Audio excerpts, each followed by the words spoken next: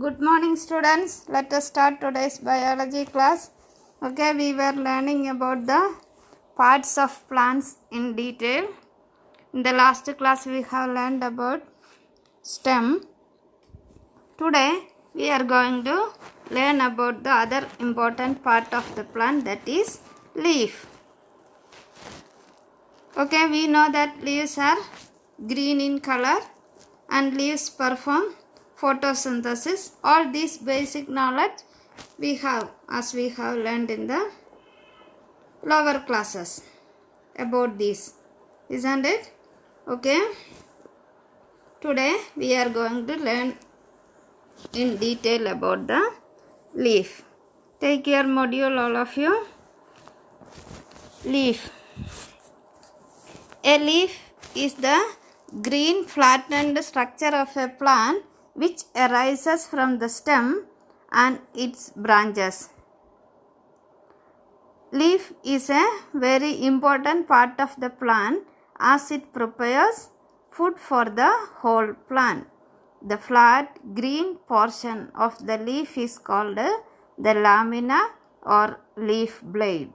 It is attached to the stem by a narrow stalk called petiole. The petiole continues in the lamina as a thick vein in the middle. This middle vein is called midrib.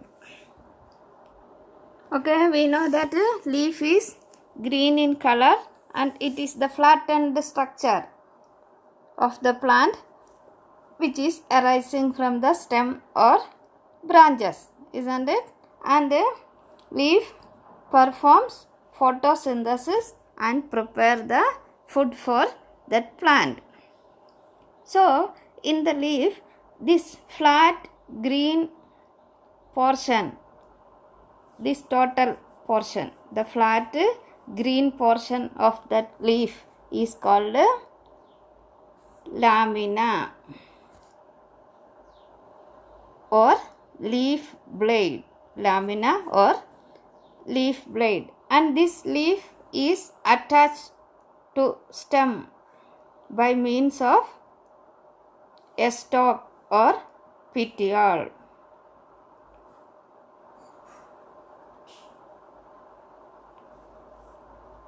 Petiole. Then, if we observe the picture carefully, we can see that this petiole is continuing inside the leaf as a midrib. The petiole continues in the lamina as the midrib. The thick vein passes through the middle of the leaf is called midrib. Midrib.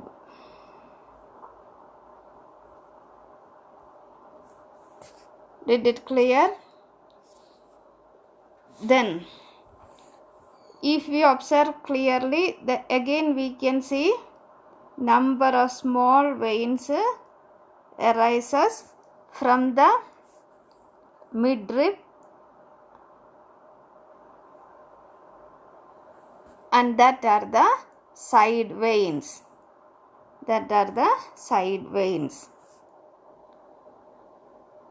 So, did it clear? Okay, in this picture it will be more clear. This leaf is little bit rotten, so we can clearly see the midrib and side veins. Then, if we observe clearly, we can find that these side veins again divided into small branches, isn't it? That are said to be veinlets.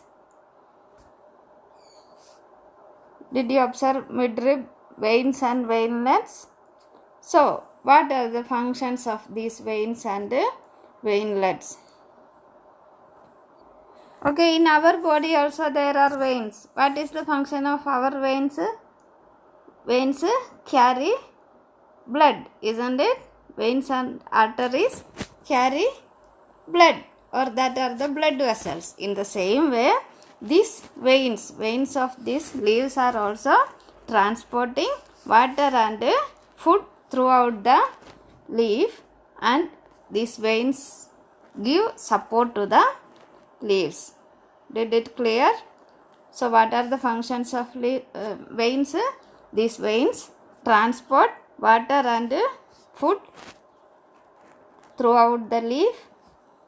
As the veinlets are reaching till the end, it can supply food and water to each and every part of the leaf, and it provide support to the leaf. Veins provide support to the leaf. Did it clear?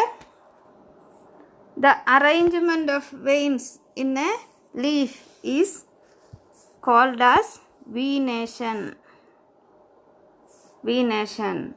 So, if we observe a leaf, mainly we can find two types of venation. The first one is reticulate venation and second one is parallel venation. So, venation is of two types, reticulate venation and parallel venation. Okay, now we are going to see what is reticulate venation. Okay, in this type of venation, veins form a net-like pattern on both the sides of the midrib. It is present in the plants having taproot system. Example: people, mango, neem, petunia, rose, hibiscus, etc. Okay, so the first one, reticulate venation. In reticulate venation, we can observe that from that midrib, side veins arises and it is much branched. That veins get much branched and it forms a net-like pattern. Did it clear?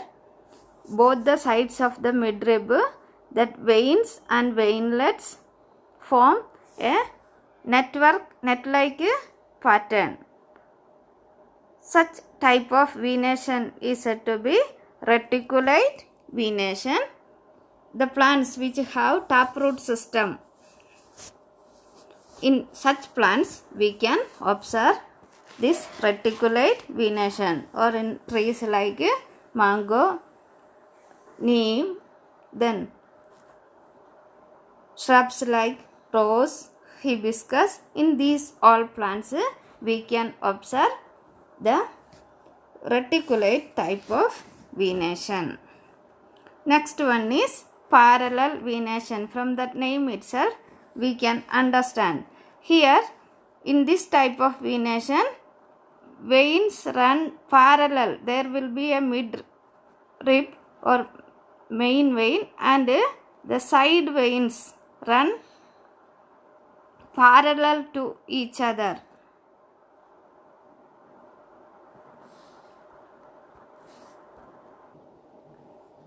This parallel venation we can observe in plants which have fibrous root system like grass, then banana, palm, coconut.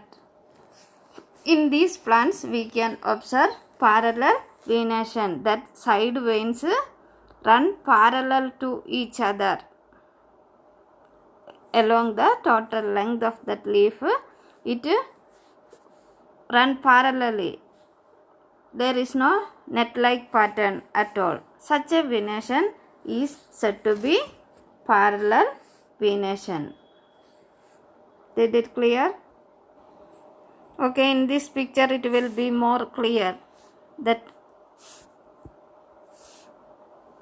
mid vein or midrib and that veins are running parallelly. Did it clear? That is parallel venation. Okay, now we are going to see what are the functions of leaves. Among the functions, the important one is performing photosynthesis, isn't it? In our lower classes itself, we have learned that leaves perform photosynthesis and prepare the food. That is the important function of the leaf. So we can say that the main function of leaves is photosynthesis. That is the synthesis of food for the whole plant, and it is the process of photosynthesis on which almost all the living organisms depend directly or indirectly for obtaining their food.